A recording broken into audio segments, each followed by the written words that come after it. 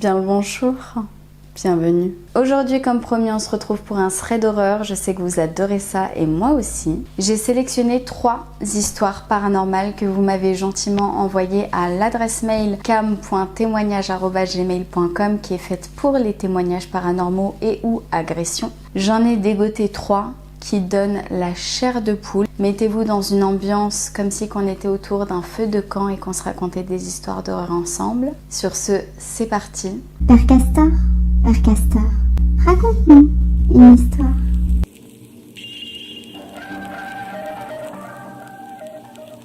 Un été, on part en Tunisie avec ma famille. J'allais sur mes 18 ans, vacances au bled, tu connais. On arrive là-bas, tout se passe nickel. Première semaine au top. Par la suite, on va chez mes grands-parents à Zéguin. On reste chez eux quelques jours, superbe ambiance. Tous les soirs, on veille super tard avec les tantes, cousins, cousines, etc. Une ambiance qui me manque énormément d'ailleurs. La deuxième nuit, on reste sur le toit de la maison avec nos matelas, à rigoler et parler tranquillement. Et là, je vois au loin une femme qui me regarde seule dans la nuit. Je dis à mes tantes, « Tata, c'est qui la dame qui nous regarde ?» Elle me dit, « Mais de qui tu parles ? Il n'y a absolument personne. » Bon, déjà là, je commence à flipper. Je me dis, elles me font une blague, c'est pas possible. Je la vois toujours avec son safseri, tu sais, le voile blanc, super long, que portaient les femmes en Tunisie pour se couvrir quand elles sortaient. Enfin bref, je n'insiste pas trop pour pas qu'on me prenne pour une folle. Le lendemain, on assiste à un mariage, juste à côté de chez mes grands-parents. Je me prépare, on y va, la soirée se passe au top. Vraiment, c'était super. On rentre par la suite à pied, vu que c'était juste à côté de la maison. Il fait nuit noire. Du coup, on avait des lampes torches pour s'éclairer. On marche tranquillou, on fait le débriefing du mariage. Quand on arrive à l'endroit où j'avais vu la femme la veille, je la revois. Je dis à mes tantes, il y a la dame d'hier, et je la décris. Elles me répondent la même chose qu'elle ne voit absolument rien. Et me demandent d'arrêter de parler de cette dame car je commence à leur faire peur. Sauf qu'à ce moment-là, c'est moi qui ai peur. Je voyais clairement une femme avec du henné sur les mains et des bijoux sur la tête. On marche de plus en plus vite car mes tantes et mes cousines ont peur et on rentre pour dormir. Le lendemain, une de mes tantes dit à ma grand-mère « Mamie, Samia, ça fait 2-3 fois qu'elle nous parle d'une femme qu'on ne voit pas et hier en rentrant du mariage, on a eu peur, du coup on s'est pressé pour rentrer. » De là, ma grand-mère, paix à son âme car elle n'est plus de ce monde, me demande ce que j'ai vu exactement. Donc moi, je lui décris en détail la femme que je vois et je lui montre avec mon doigt l'endroit où je la vois. Ma grand-mère me regarde. Elle ouvre grand les yeux et prononce la shahada. Donc je lui demande pourquoi elle fait ça et elle me répond qu'à cet endroit, il y a plusieurs années, une mariée qui se rendait en voiture pour aller dans sa future maison a eu un terrible accident et est décédée sur le coup.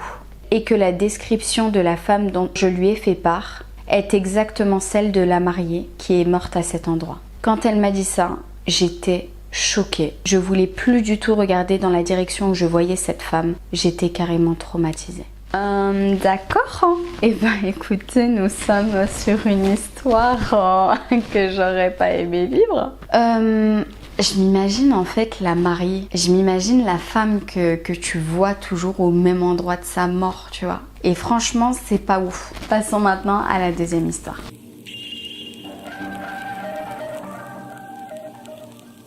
Bonjour Cam. Suite à ton témoignage, j'ai décidé de te raconter mes 2 ans de calvaire. Il y avait une fête que certaines personnes font au Maroc la veille du Ramadan pour dire au revoir aux djinns.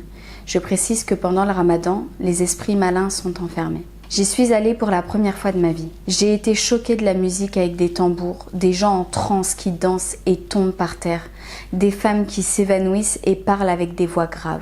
Après cette soirée, vont débuter 2 ans de calvaire. À partir de cette nuit, j'ai commencé à faire des cauchemars. Je me suis dit, ok, c'est le choc de la fête, ça va passer. Quand je me levais la nuit, soit pour aller boire, soit pour aller aux toilettes, je sentais que je n'étais plus du tout seule. Quand je prenais une douche, j'avais l'impression qu'on me regardait. Au début, je me suis dit, c'est mon esprit, à la suite de la soirée, qui a gardé cette peur. Mais voilà que la nuit, dans mon sommeil, je sens quelqu'un sur moi. Par la suite, c'est devenu tous les jours. Et c'est même allé plus loin. Bon, je ne vais pas rentrer dans les détails, mais c'était vraiment un acte intime. Quand je me réveillais, je ne savais plus si j'avais fait un cauchemar ou si ce que j'avais vécu était bien réel. Pendant 2 ans, c'était que des choses comme ça. C'était des voix, c'était des cauchemars où je me voyais mariée avec l'un d'entre eux. Je n'arrive même pas à te dire le mot tellement j'en ai encore peur. J'ai commencé à écouter du Coran le soir avant de dormir et là je supportais pas. C'était des migraines affreuses, je me tordais de douleur, je pleurais dans mon lit en silence. J'avais l'impression de devenir folle. Je voulais plus voir personne, ni amis, ni famille, sauf mes parents. Oui, parce qu'au début, je voulais pas inquiéter mes parents. J'avais un fiancé qui, sans raison aucune, ne pouvait clairement plus me supporter. Il ne voulait plus me voir.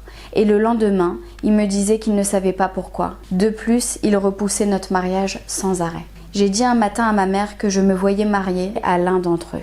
Et de là, elle a pris rendez-vous avec un raki. Dès qu'il a commencé à lire le Coran sur moi, j'ai commencé à avoir des spasmes, à pleurer comme si j'avais super mal. En partant, il m'a dit « Tu dois revenir 3 jours de suite. Tu as le djinn amoureux et il veut pas partir. Et tant qu'il sera là, tu ne pourras jamais te marier. Il fait peur à ton fiancé et il le fait te détester. » Premier jour, j'ai dormi apaisée.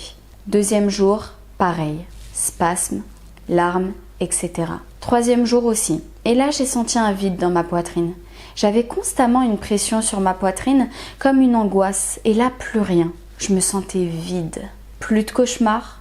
Le jour même, mon fiancé m'a appelé pour s'excuser, et les jours qui suivent, il a été content qu'on se marie enfin. Je n'ai plus rien eu pendant 5 ans. Cependant, il y a 2 ans, j'ai commencé à ressentir une présence, et les problèmes ont recommencé dans mon couple. Le Raki m'avait dit de toujours lire Sourate El-Kafirun. Je la lis plusieurs jours de suite. Ça part un moment, mais ça revient.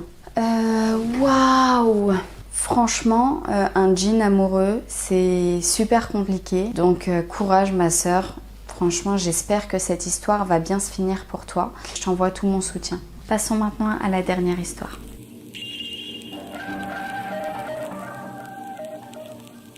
Voici une des histoires que j'ai vécues quand j'étais petite et qui m'a beaucoup marquée. J'avais 7 ou 8 ans et je vivais chez ma grand-mère. Ce soir-là, je dormais paisiblement comme les autres soirs. Enfin, c'est ce que je croyais. Sortie de nulle part, de la fumée blanche s'est propagée partout dans la pièce et cela a commencé à me faire peur. J'ai donc voulu me réveiller pour que cela s'arrête, mais impossible. Je n'y arrivais pas. J'avais le sentiment d'être pris au piège. Soudain, un cercueil sort du dessous de mon lit. Je le vois sortir de ma chambre. La fumée continue de se propager dans toute la maison et le cercueil prend la direction de la cuisine. Et là, j'entends une voix féminine douce m'appeler. « Viens, viens, rejoins-moi, viens avec moi. » La voix était rassurante, mais c'était bizarre comme sensation, car je ne savais plus si je rêvais, ni ce que le cercueil était venu faire dans un de mes rêves, qui finalement était peut-être un cauchemar.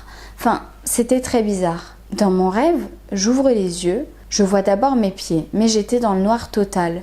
Puis, j'ai relevé la tête afin de voir où je me trouvais, car j'étais censée être dans mon lit en train de dormir. Et là, je vois la silhouette d'une femme debout devant moi. Elle planait, vêtue d'une robe blanche, de longs cheveux noirs et pas de visage. Elle me tendait les bras, elle se tenait en face de moi dans les sanitaires et elle n'arrêtait pas de m'appeler, elle me disait de venir avec elle. Mais je ne voulais pas car clairement elle me faisait peur. Je sentais cependant une force me tirer vers elle, mais je luttais. Et là, sa voix change de ton. Elle me rappelle et me dit de venir avec elle, mais cette fois, elle crie avec une voix démoniaque « Viens avec moi !» Mon cœur palpite, je suis en panique, je voulais me réveiller, je pleurais, je voulais que ça s'arrête, elle était tellement puissante. Je parviens enfin à trouver la force de pousser un cri car je n'arrivais pas à parler. Elle m'en empêchait. Ce cri a fini par réveiller toute la maison. L'un de mes oncles arrive en courant. Quand il m'aperçoit, il crie « Mais qu'est-ce qui se passe ?» Il allume la lumière et là, me dit « Mais qu'est-ce que tu fais dans la cuisine? Il est très tard et pourquoi tu te tiens comme ça ?»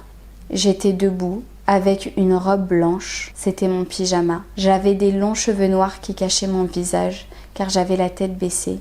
Imagine la tête de mon oncle à ce moment-là, il a cru voir un fantôme.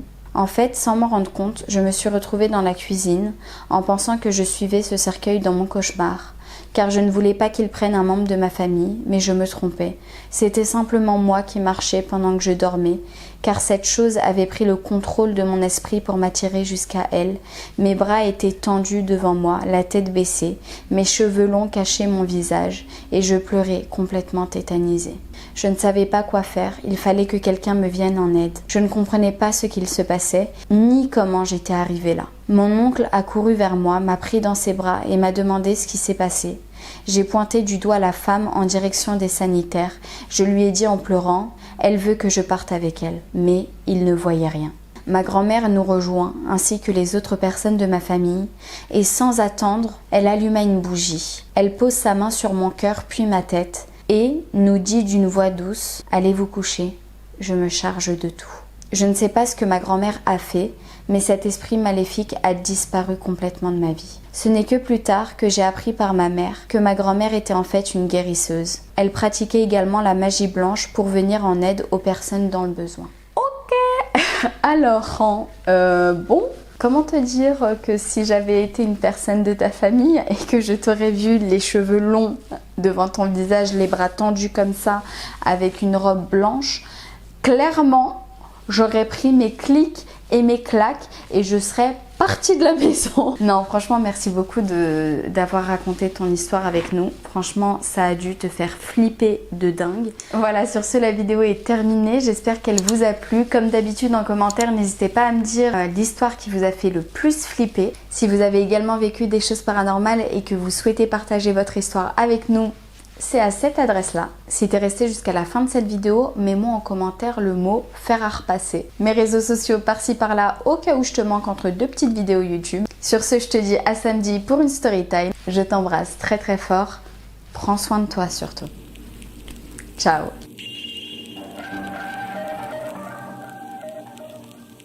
Hidden mysteries, haunted sites, and shrines used for fast travel, which can also serve as quest objectives. Let's mark one and head there. Yeah. I just wonder one thing though. Do you guys think there is anything else in the map? Like for example, you see those forests? Can we go there? Can we explore there? Is there like interesting stuff? Let's mark one and head there.